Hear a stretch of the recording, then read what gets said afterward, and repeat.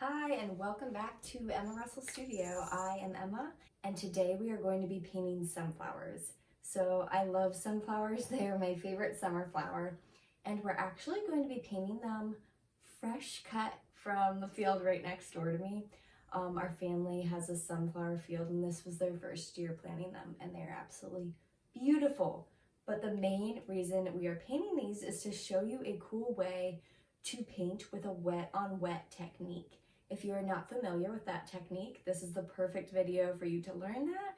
What it basically means is your paper is already wet, whether that's from water or already put down color, and you're going to be using wet color on top of that, blending it and seeing how it actually can make a really great composition. So grab your paper and your pencils and let's get started. So today we are going to start off with our paper, our paints, brushes, and water. I use the Canson Extra Large 140-pound watercolor paper, and these are Princeton Heritage brushes. I have a small one and a large one. This large one is the size 10. Small is the 0/3. But really we're probably only going to use the large one. So if you have a brush in that size, I want you to dip it in a bunch of water, and we are going to then drench it in this lemon yellow Winsor Newton paint. If you have any yellow that's super bright, that will work. And we're just going to paint this round circle. We're going to get the first layer really wet, and then we are going to paint wet on wet. So that means we're adding wet paint to already wet paint. We are not waiting for it to dry. And we're going to use this yellow ochre color. So this is a darker yellow. It's more of a mustardy sort of yellow. And we're gonna try to get those spots there of the pollen there in the center. So I want you to just keep dabbing that, working it in, making another circle maybe, and really just work it into the paper. It doesn't have to be perfect. It can incorporate both yellows and it doesn't have to be in a certain way. And I'm gonna actually enlarge my circle. So I'm gonna grab that lemon yellow again and bring it around that first circle. And now I'm going to go into my petals. So in my previous videos, you have seen the petal shape. So what it is, if you have not, is you press and lift while curving at a 45-degree angle.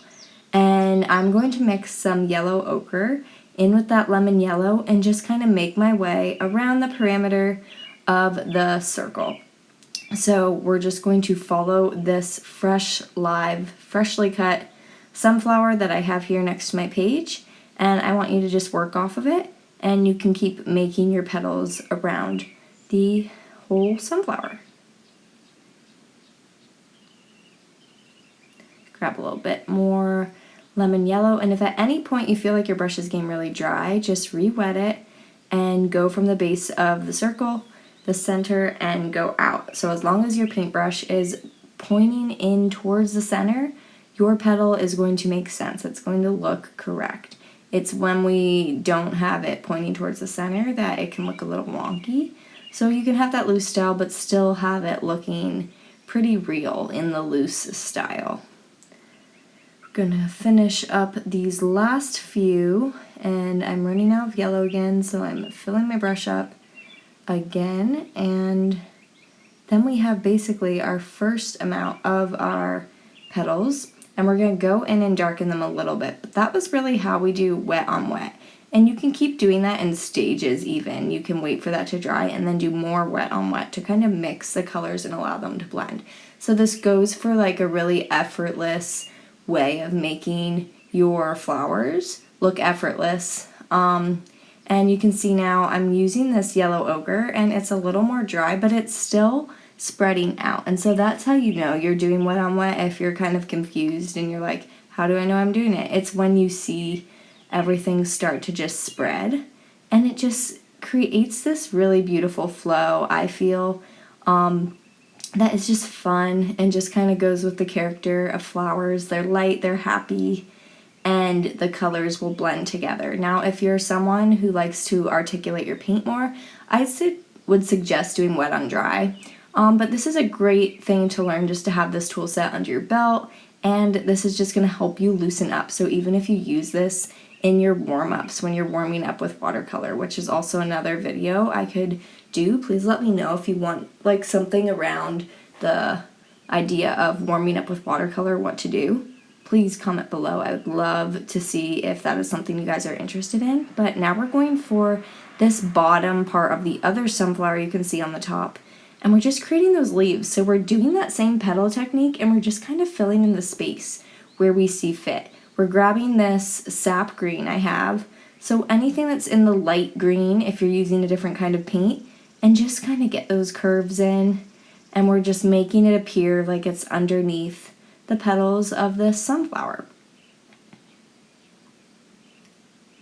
I'm going to put some over here on top, and I'm just kind of making, again, these leaf shapes, just dispersing them throughout where the petals lay, and I'm just curving my brush, keeping it at 45-degree angle, and doing the press, pull, and lift technique. And now I'm going to brighten up my petals of my sunflower a little bit more so that they come into the foreground. So I want to darken them. I don't want them to muddy into those parts of the other sunflower where we have the green there. So I'm just gonna keep layering that. Now at this point my sunflower is pretty dry. There's still a little wet on wet technique happening over on the left hand side, but some of the others are coming out more, and you can even go into this further and grab that tiny brush and add those detailed lines of each flower petal. But I'm gonna do that with this, not do that specifically, but do those little dots in the center of the flower that are all golden, and I'm going to just keep laying that on. You can see it's bleeding a little bit more. It is still a little wet, but we're just going to keep layering and layering and building that up, and you're going to see the colors really get defined in that. And so it's going to just really add just that touch, that depth, you know, using more than one shade. You can do this even if you have only one shade of yellow. You can definitely darken it and lighten it. You can pull those lights and darks by adding your different consistencies of water from that, you know, cocoa to rich cocoa ratio I demonstrate before. Basically, to give you a brief overview, that's just the amount of water you add to your paint. And if you want to see a full tutorial on how to do that, I have that in my videos where you can go through that exercise with me to learn. But now I'm going to actually mix a little bit of this cadmium-free red with my Winsor yellow, because I feel like it's just adding a good depth and a good darker yellow that is kind of in between that yellow ochre and lemon yellow. So I'm just going to put those on kind of one side of each petal and go around the sunflower. But there you have it. There is a sunflower, and I'm going to show you it drying right now. But this is how we do sunflowers with wet on wet technique. Hope you loved it. Please like and subscribe below.